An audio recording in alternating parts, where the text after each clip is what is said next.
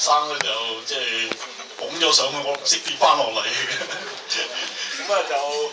由於時間嘅關係咧，咁咧就我咧就喺咁咧就我咧就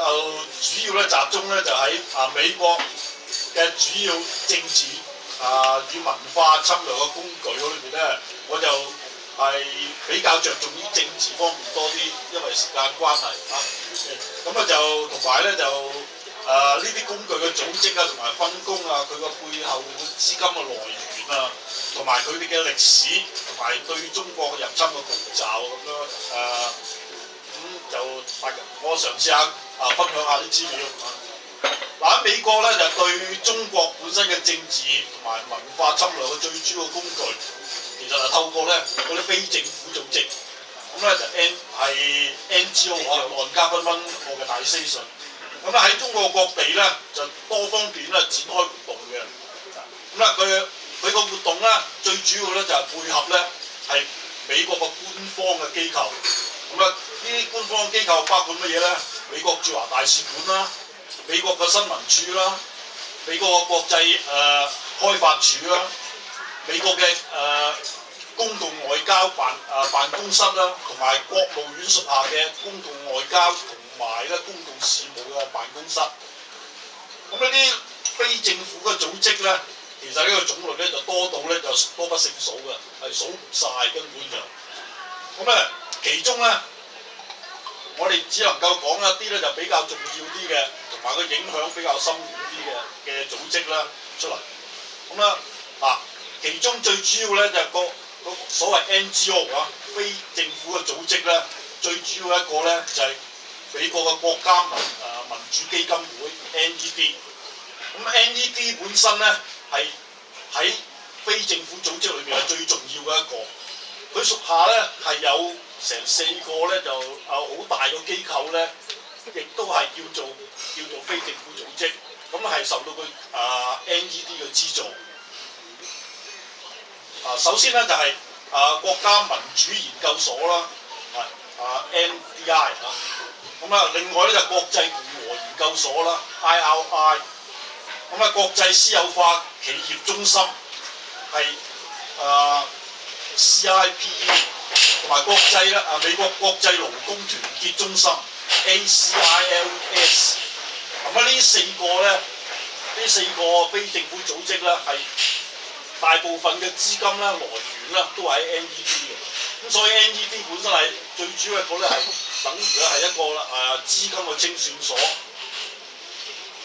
咁其次嘅咧，其實亦都同 NED 好有關係嘅咧，就係亦都係歷史最悠久嘅咧，就係自由之家 Freedom House。咁咧就跟住落嚟咧就係勞聯啦、產聯啦，我哋叫簡寫佢係 AFL 同埋CIO，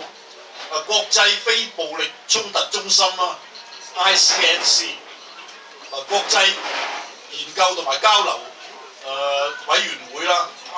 IREX， 由索羅斯啦成立嘅咧係開放社會研究所 OSI， 呢個咧喺東歐同埋中歐方面咧發揮過好大嘅影響。咁另外一啲咧就美國嘅慈善組織咧係好多種類嘅同埋名稱嘅所謂基金會，咁其實呢啲亦都係咧 NGO 嘅一部分嚟嘅。咁佢主流媒體咧亦都係包括譬如 Twitter 啦。國際媒體援助中心啦 CIMA， 開放媒體研究所啦 OMRI， 獨立記者基金會，美國和平研究所，仲有國際新聞社，呢啲咧非政府組織咧本身係其實有好多名稱，仲有咧係隨時亦都可以喺屬下裏邊咧。係成立好多咧係不同名目、不同名稱嘅屬下嘅屬會嚟嘅。咁其中咧有一個咧就譬如好似咧比較搞笑一啲嘅，譬如好似咧就愛因斯坦研究所叫做 AEI。咁咧喺我哋心目中咧，愛因斯坦研究所梗係研究咩相對論啊、扭曲空間啊、重力波啊嗰啲啦，科學嘅研究咧，其實佢唔係嘅，完全唔係啊！佢嘅研究乜嘢咧？研究係非暴力嘅策略，點樣去推翻呢啲政府？佢咧係佢同埋咧個國際非暴力衝突中心咧就好有聯繫嘅。咁呢個咧又係一個偽命題嚟㗎。所謂咧非暴力衝突中心，咁咧佢哋咧就好標榜咧話金地印度嘅聖雄金地咧嘅非暴力策略，但係咧佢又忘記咗一樣嘢，我哋聖雄金地咧係講過咧係我哋嘅民主本身咧完全唔可以依靠咧外嚟嘅幫助援助成立，我哋一定要經過我哋自己本身內部發展，然之後至可以咧稱為咧有機化嘅民主。呢個咧係佢哋本身咧係完全啦冇提嘅。另外一啲咧就美國大學啦，譬如好似咧南加州大學啦，史丹福大學啦，同埋Georgetown啦，即係喬治城大學啊嗰啲咧，其實咧係好多時咧都係咧接受咗好多資金咧去培訓嗰啲政治人物，尤其是咧係有民主傾向嘅人物，係教導佢哋點樣運用咧係啲策略咧去推翻一啲佢中意嘅政府或者係反對派。呢個咧亦都係好重要嘅一種文化侵略之一嚟嘅。咁所以咧喺中國本身咧喺咁多年咧，尤其是咧經過幾次個所謂蜜月期，其實咧就容納咗好多呢啲咁嘅學者同埋咧機構咧就喺中國本身嘅。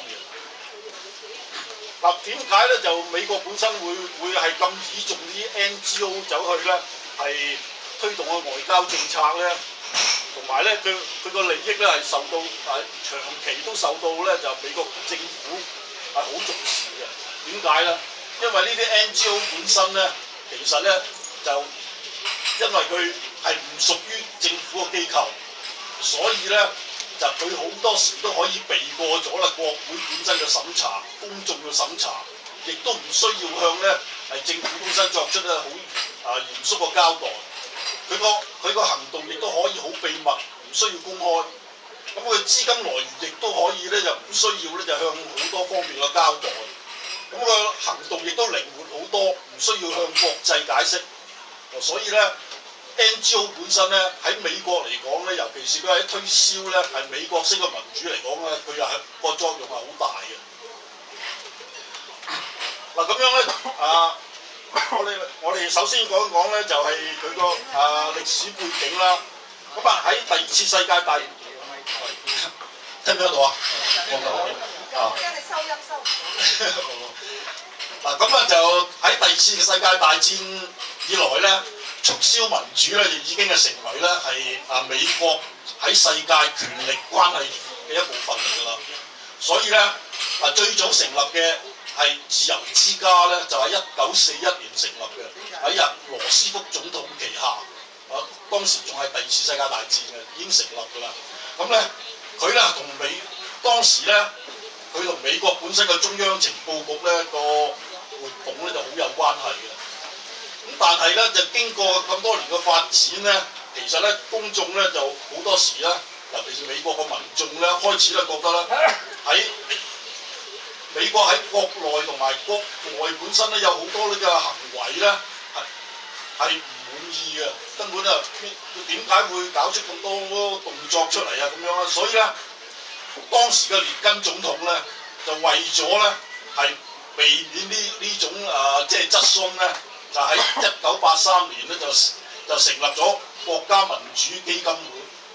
咁咧就同埋其他嘅機構即係佢附屬個 NDI 啦、IRI 啦，同埋國際私有化企業中心啦，同埋勞工團結中心嗰啲啦咁其實咧都係同差唔多個時間成立嘅。咁咧漸漸係將佢咧歸納喺 NED 即係國家民主基金嘅屬下。咁咧就受國家民主基金本身嘅資助。咁咧國家民主基金嘅個資金來源喺邊度啊？其實喺國會。咁咧就根本咧國會本身咧就擺每年本身咧係撥款咧係俾國家民主基金會嗰度咧。咁咧由國家民主基金會咧再撥係因應嘅佢哋嘅分工，同埋佢哋嘅工程，同埋佢哋嘅幅度，同埋佢喺地域啦，同埋咧係點樣去推動咧當地或者係敵對國家嘅民主，或者做好多工作本身咧嚟撥款嘅。咁喺20世紀嘅80年代同埋90年代咧，蘇聯咧同埋華沙公約聯盟咧就冧台啦嚇。咁喺呢個時間咧，就成為新民主治理咧係個形式咧就開始咧覺得有可能啦，因為咁咧就以前咧就兩個陣營對壘就即係好分明嘅，就譬如蘇聯同埋美國。但係蘇聯冧咗台之後咧，就變咗點樣咧？個壁壘咧就已經咧就係側埋一邊㗎啦。咁咧就變咗咧民主本身嘅統治嘅形式咧，就開始成為可能㗎啦。尤其是咧，咁咧尤其是咧就當佢哋咧就即係垮塌咗之後咧，引起本身咧國家個混亂經濟咧就差唔多崩潰咁樣嗰種情形之下嚟講咧，好多人咧都尤其是呢啲即係前共產國家或者佢周邊嘅鄰近國家咧，都好希望咧人民嘅訴求啦，或者係獨立嘅工會政治同埋社會嘅運動直接同埋真正嘅代議制就冇偏見或者係冇高壓本身嘅政治機構咧，都希望有份參與。咁咧，蘇聯嘅解體咧，就令到美國本身啦喺短期裏邊咧係對東歐咧，即係東歐同埋中歐咧係施展咗咧就係以前從來未有過權威嘅。之前本身美國本身咧係對呢啲地區嘅影響唔係咁大嘅。咁咧就美國咧就經過亦都係利用呢個時間裏邊咧係從來咧喺宣傳方面嚟講冇放慢到腳步，仲要加速。咁咧點解要咁做咧？就因為咧佢係根本咧係落咗好多資源咧落去咧，就希望呢啲國家本身咧係傾向美國，同埋咧係向美國即係親向美國嗰方面。美國咧就問題啦喺度啦。美國主導嘅所謂促銷民主或者援助民主嘅努力咧，究竟係加速咗世界各地嘅尤其是東歐嘅民主抑或咧係障礙咗佢哋嘅發展咧？呢個咧而家本身係爭論得好緊要。美國政府咧同埋公共同埋私人嘅機構啦，開始咧就廣泛咁樣咧干涉中東歐嘅政治啦，同埋重新運用咧冷戰嘅思維嘅宣傳手法，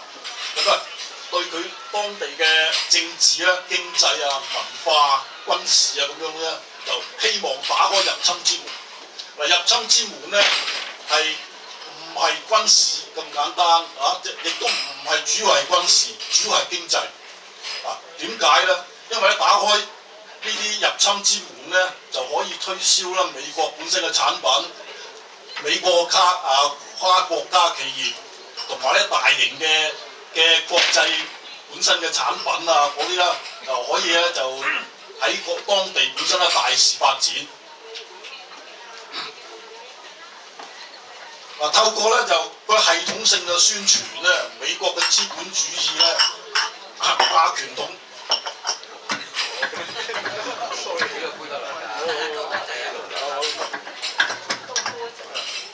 佢個得唔得？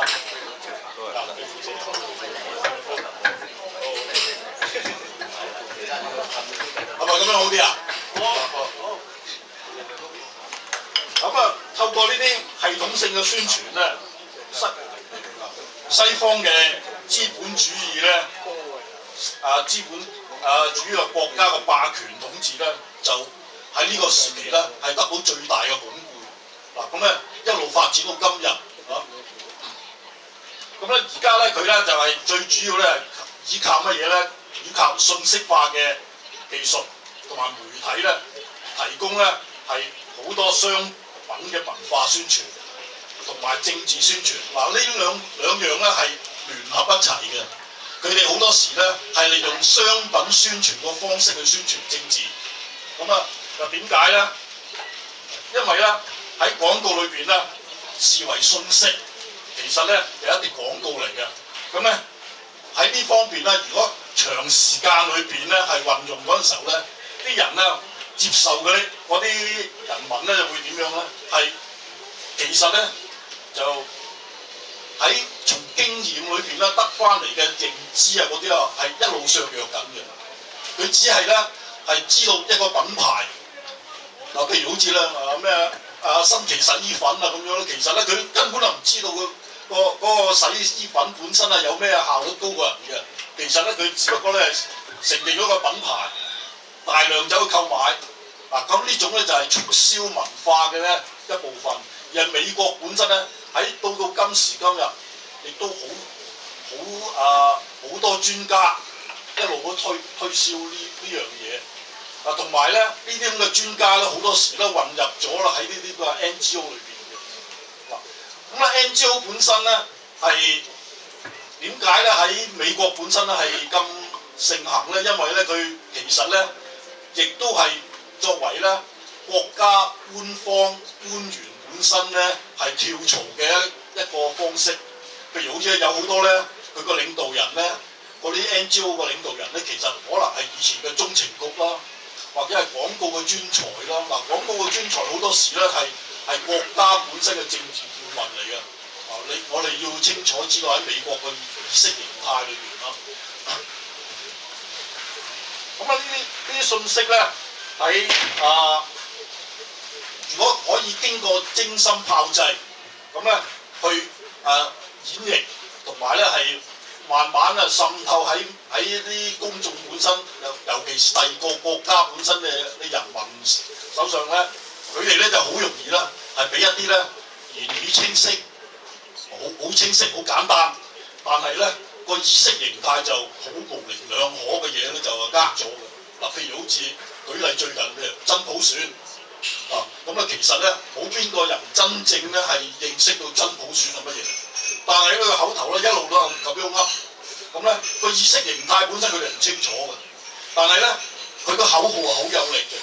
嗱，呢種係其中嘅一個例嚟嘅。咁呢個咧係主要咧，因為咧喺品牌推銷裏邊嘅一個作用嚟嘅。嗱，咁樣咧現狀咧大部分咧都冇咧係即係直接咧有好多咧共同政治啊或者係經濟嘅精英咧係協調嘅動作，但係咧通過咧長時間嘅財富積累。咁咧就譬如好似索羅斯咁啦，一個好好嘅例子啦，即係呢個國際個金融投機家咁咧財富積累都好緊要。咁咧其實咧積累到多到點樣咧？佢可以發動咧呢個係極端反共嘅人士嚟嘅，匈牙利裔啊。咁咧就去點樣去創立一啲非政府組織，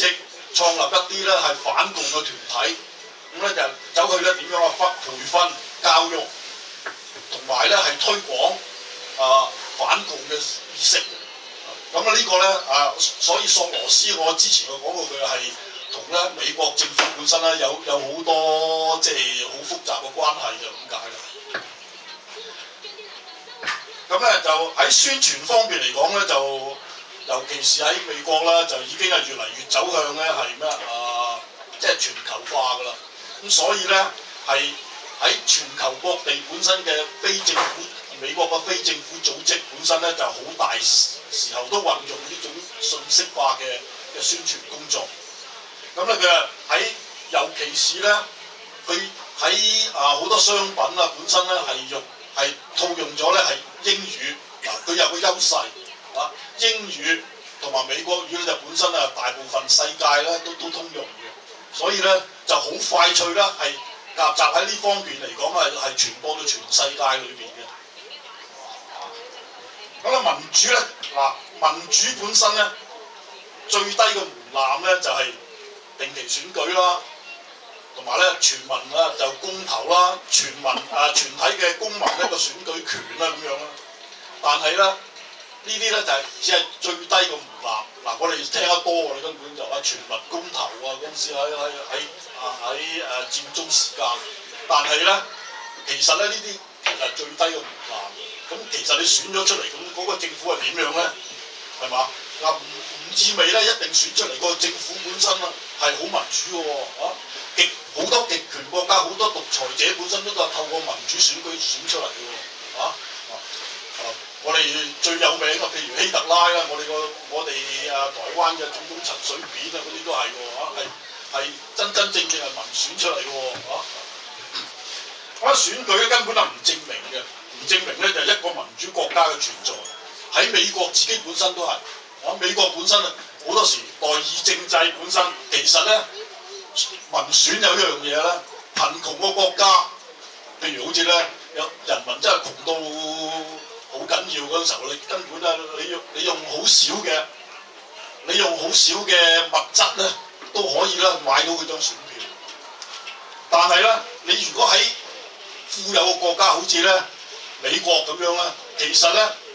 選舉本身係靠錢嘅。嗱，我哋而家睇到特朗普啦、Trump 啦，即係佢可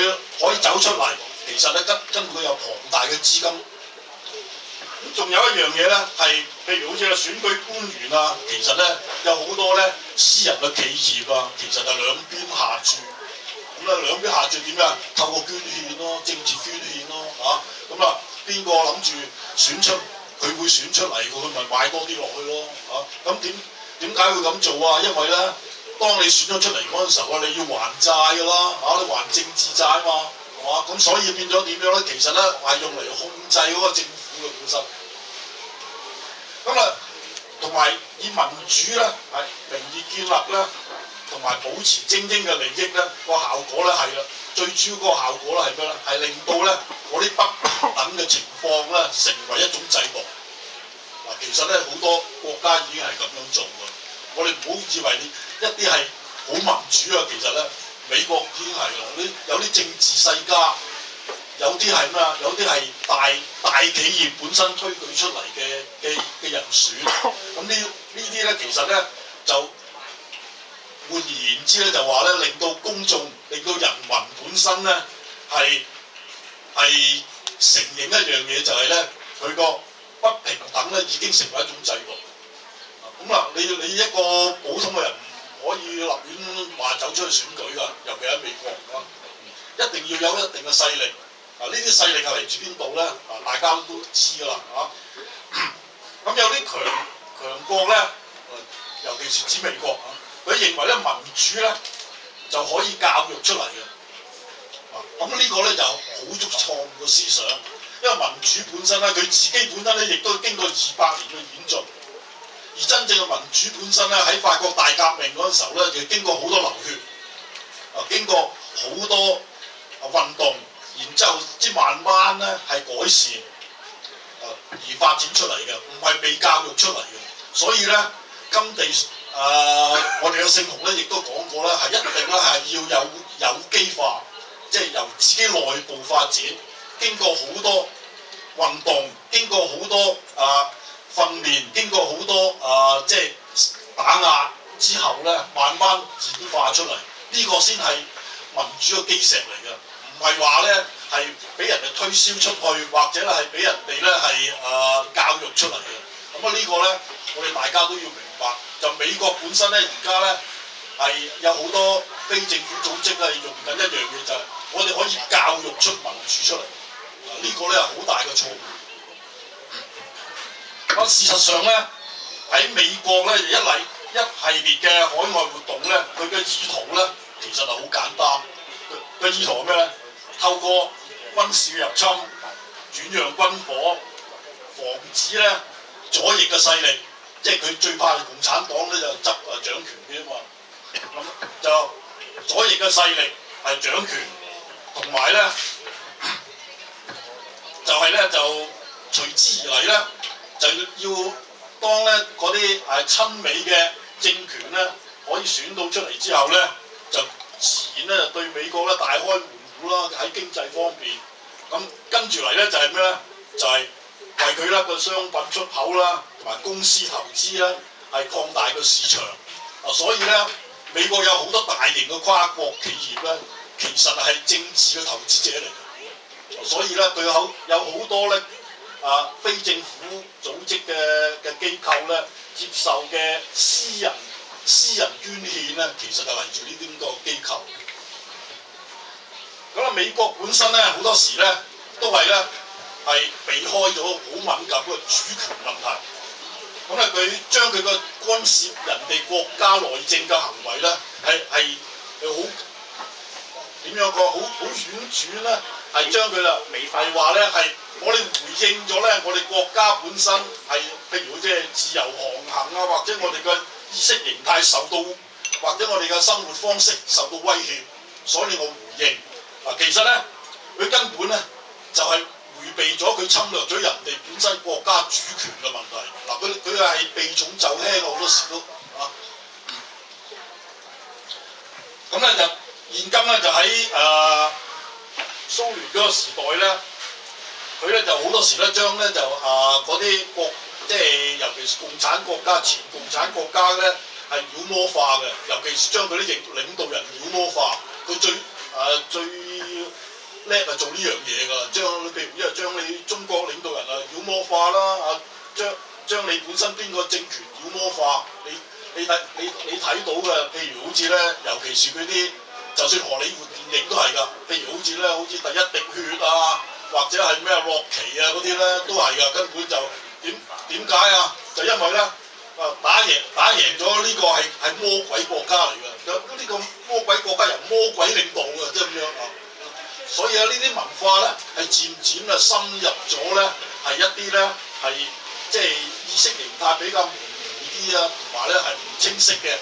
國民裏邊嘅嗰啲人民裏邊。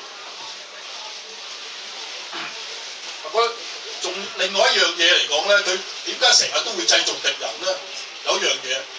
就係製造敵人咧，係團結自己本身咧嗰啲利益關係咧，就最重要嗰一個手段嚟嘅。嗱，當你咧一個國家本身啦，有人話俾你聽咧，我國家受到威脅，我哋國家咧係會俾人哋做啲乜嘢啊咁樣咧，就佢會團結咗咧，係一齊咧就令到尤其一大企業既得利益者團結埋一齊，其實咧即係話咧係將佢引嚟咧就大家一齊同流合污，可以講啦，唔好聽啲嘅話。咁點解美國咧係咁熱衷喺宣稱咧自己係為咗海外民主咧主要促進這個責任咧？佢有冇咁嘅責任咧？佢有，因為點解咧？因為有啲人真係有咁嘅使命感，但係大多數嚟講咧，都係為咗美國自己本身嘅大企業同埋自己本身嘅利益。嗱，好多時咧，我哋揾唔到任何證據啦，就根本呢啲所謂係推銷民主喺第二個國家裏邊啊，為咗人哋嘅國家嘅民主嘅其實係為自己嘅利益多於一切。咁咧，佢好多時咧推銷咧係用邊啲語言啊，自由啦、民主啦，所以咧變咗我成日聽到呢兩個名詞㗎咩自由咧？最唔民主嗰啲團體都叫自己做民主㗎啦，係嘛？即係咁樣咁啦，所以咧民主本身咧就其實咧係當為一個好強大嘅軍隊啦，去顛覆咧喺美國政府認為係唔受歡迎嘅國家嗰啲領導人。美國咧就通過咧係美國新聞處USIA，咁咧就同埋咧就譬如好似組織啦，好多會議啊、巡迴演講啊、交換教育啊、短期訪問教育短期訪問嘅計劃啊，同埋咧係好多咧項目啦譬如嗰啲宣傳嘅職責咧，咁咧就其實咧呢啲咁嘅策略咧，就其實喺到今時今日嚟講咧，都成為咧係美國本身主要嘅外交策略。咁咧呢啲策略嘅執行者最主要咧就唔係官方機構，而係咧就非政府嘅機構。列根咧時代咧後政府個時代咧就咩咧？直情咧係拋棄咗一樣嘢，就係咧新聞業界嚟講啦，新聞嘅報導啊，一定咧係要平衡公眾嘅利益。其實咧就唔係，佢已經咧列根政府呢個係極端反共嘅一個牛仔總統即係咁咧就話咧係新聞本身嘅報導咧，應該咧係成為宣傳嘅機構，